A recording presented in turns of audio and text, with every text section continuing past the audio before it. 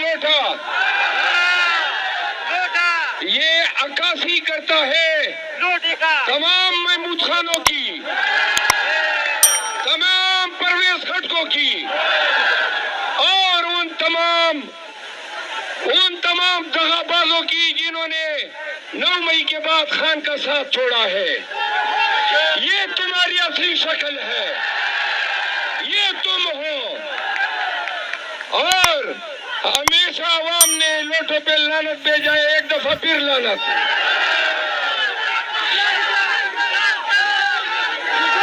پاکستانیوں، چند سیاسی باتیں میں ہوں نا۔ سب سے پہلے جیل میں گیا، جیل میں خان کے پاس گیا، انہوں نے کہا خان کے الفاظ سنے، آپ کے لیے پیغام ہے۔ اس نے کہا اگلے ہفتے کن کن ضلعوں میں جاؤ گے؟ جب میں نے باجوڑ کا نام لیا تو خان نے کہا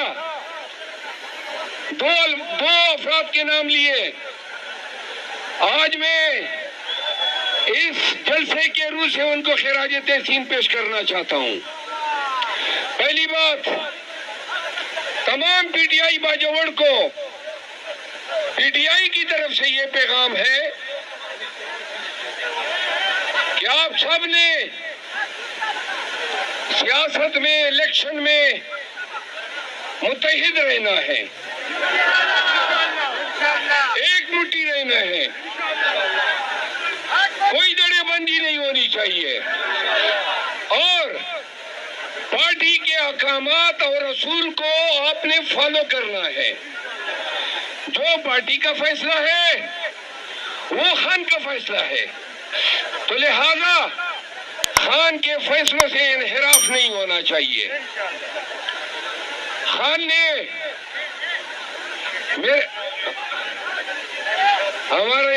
ہمارے بہت ہی اعلیٰ بہترین لیڈر، میرے فیورٹ شکیل خان تشریف لائے، ذرا تالیاں ان کے لیے۔ خلقہ ملاکنڈ جنید اکبر اور شکیل یہ تاریخ جوڑ دے۔ باجوڑ غیرت مند و پختنو، السلام علیکم۔ واللہ سره مې درنه ډېر خوشحاله شو، ما خو وې لارې درته بندې دي، سړکونه یې درته مات دي، خاورې پکې اچولې دي او کرفیو یې لګولې ده، خو ما پرون چې نوښار نه راتلمه لږ خاموش، تاسو لږ هغه وکئ، دا خلکو ته نه ښکارېږي، دا لږ وروسته وکړه۔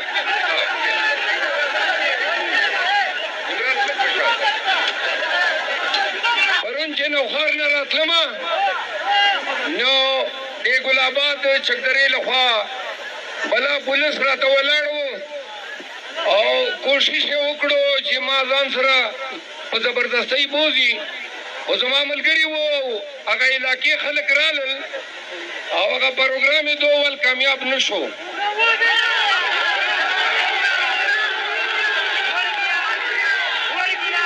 بیا زه تالاش ته چې رسېدم نو 3-4 ځای کې ناکې خو ډېر په تکلیف، منډې نه مخکې یو چیک پوسټ و، هغې وپېژندم، خو ما ګاډی پې چې کوم دی پر مخکې کو، هغه هم راپسې شول، نو ما وی دا ګاډی ما سره یو، نو خپل ګاډی مې پرېښو، یوازې پاتې شوم، یو کس را سره بل او پیاده لاړو یو بیټک ته، یو دکان ته، او دکان کې 6 زلمي وو، ټول د پی ټي آی کسان وو، هغې زه دې ځای ته راورسولم۔ هغه حیران وو، پریشان وو دا حکومتي خلک چې دا په هلیکاپټر راغی که پیریانو راوړو، خو شپې 1:30 بجه پولیس یو 1500 لگ بگ پولیس راغی او په دې منسٹر صاحب انورزیب خان په دې دیوالونو باندې راوړېدو او بیا یې ډزې را باندې شروع کړې، او اډه دې 10 منټه جاری وي واوري ما وی ګډه دې نه کتو پیر وچلو مونږ به دا کنونشن کوو د باجوړ ټولې لارې بندې وي سیمټ او دا بجرې پکې اچولې وي خو چې غیرتي پښتانه لوز وکي او اراده وکي نو داسې راشي لکه تاسو رالی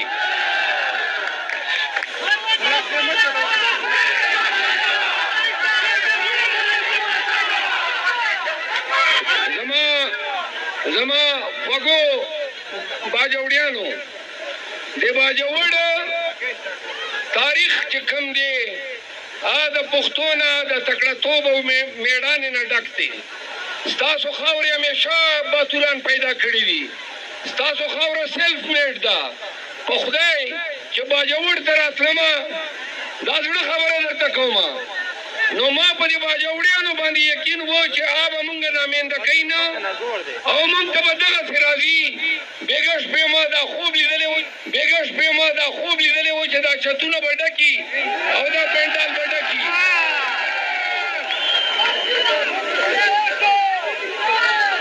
دا واورئ دا ټول پښتانه چې کوم دلته موجود یې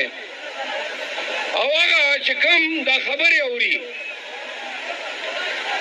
زمونږ د پښتو دا تقاضا وه چې مونږ په دې ټیم کې چې 9 مهینه بعده کومه زمونږ په خاوره دوی قیامت جوړ کو واورئ پروا نشته دا زمونږ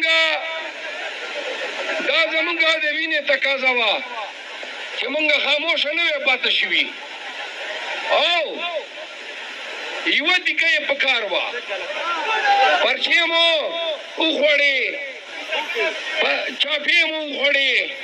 وال ټکول نیول درز غوبل دا هر څه مو تېر کړل نو واورئ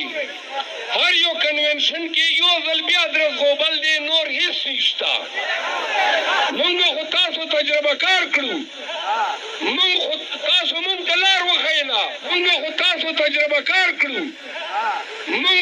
تاسو مونږ ته لار وښیله ستا د پرچې 10,000 ستا درز غوبل 10,000 ستا ډز 10,000 پښتانه به کنونشنې کوي پښتانه به سیاست کوي پښتانه به ووټ کوي او په خدای چې څنګه د نن باجوړ کې کرفیو لګولې ده په ټول پښتونخوا کې راته کرفیو ولګوه خو پښتون اوس نه کلاریږي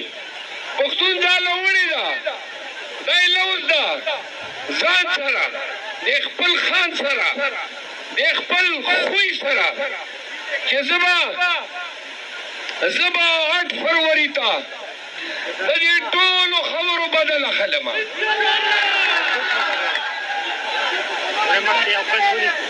انشاءالله خان صاحب د ګډ پاکستان